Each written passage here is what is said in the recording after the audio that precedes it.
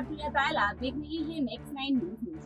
18 जुलाई से शुरू हो रहे मॉनसून सत्र से पहले संसद यानी लोकसभा और राज्यसभा में कई शब्दों पर पाबंदी लगाए जाने का ऐलान किया है, जिसके बाद से राजनीति शुरू हो चुकी है। जुमलाजी और तानाशाही, शकुनी, जयचंद्र, वनिश, पुरुष, खून से केती आदि को असंसदीय शब्द यानी अनपार्लियामेंट्री वर्ड्स बताकर इनकी लंबी चौड़ी लिस्ट तैयार की गई है। लोकसभा सचिवालय के मुताबिक अब इनको संसद में कार्रवाई या बहस के दौरान नहीं बोला जा सकेगा। इस पर विपक्ष केंद्र सरकार पर हमलावर है। राहुल गांधी, असदुद्दीन ओवैसी के साथ साथ आम आदमी पार्टी ने भी मोदी सरकार को घेरा है। AIMIM प्रमुख असदुद्दीन ओवैसी से जब इस पर कहते हुए कहा कि असंसदीय भाषा अहम नहीं है, वह किस संदर्भ में कहा गया है वह महत्वपूर्ण है। अगर मैं संसद में बोलूं कि मैं मोदी सरकार पर फूल फेंक कर मारूंगा क्योंकि उन्होंने देश के नौजवानों को बेरोजगार बना दिया है, तो क्या वह फूल को असंसदीय घोषित कर देंगे? सुनिए उन्होंने क्या कुछ कहा। अनपार्लियामेंट्री वर्ड्स की बात कर रहे हैं, क्या ये अनपार्लियामेंट्री नहीं था कि स्पीकर पीछे बैठा है, प्रधानमंत्री सामने बैठा है? ये डिसेंसी और डेकोरम है कि आप उसी दिन बिल ला लेते हैं, स्पीकर साहब से रिक्वेस्ट कर लेके मना लेते और उसी वक्त आप पास कर लेते, नाम पढ़ सकते, नाम समझ सकते। भाई देश की जनता को हम जवाब दें, अगर कोई बिल लाते, कानून बनाते तो हमको पढ़ने का मौका मिलना चाहिए।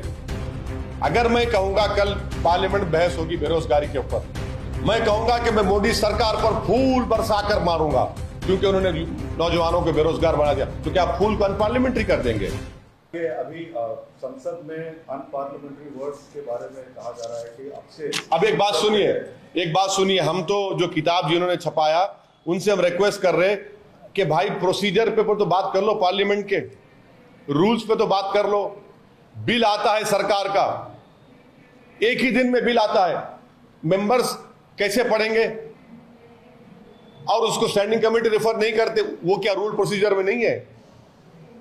रूल प्रोसीजर के तहत स्टैंडिंग कमेटी, अब स्टैंडिंग कमेटी रेफर नहीं करते।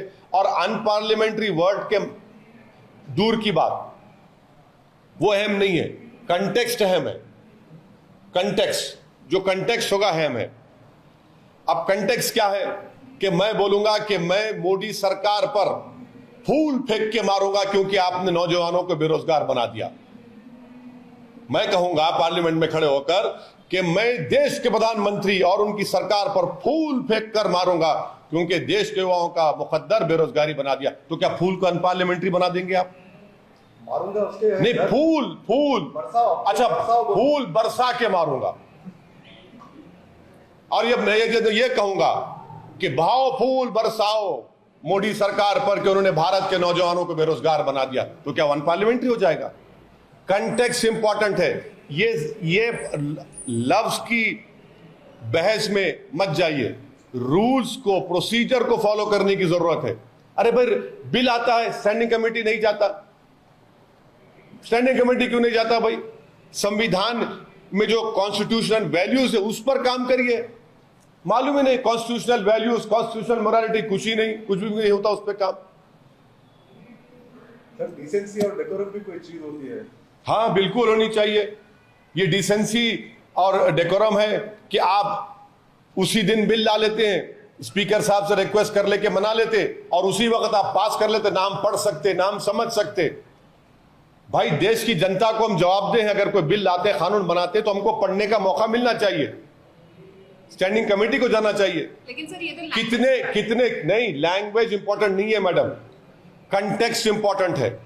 कंटेक्स्ट इंपॉर्टेंट है। पार्लियामेंट सेशन तो लैंग्वेज आपके हिसाब से पार्लियामेंट में किसी भी तरह से बात कर पार्लियामेंट्री वर्ड्स का यूज नहीं, अनपार्लियामेंट्री। देखिए आज के जमाने में होता क्या है कि कोई अनपार्लियामेंट्री वर्ड बोल दिया और माशाल्लाह से ANI उसको लाइव टेलीकास्ट कर दिया, जैसा कि हमारा करते हैं, रिपब्लिक करती है, ABP करता है, हमारे ZTV प्रसाद साहब करते हैं। आप लोग माशाल्लाह हमारे बहुत करीबी दोस्त हैं।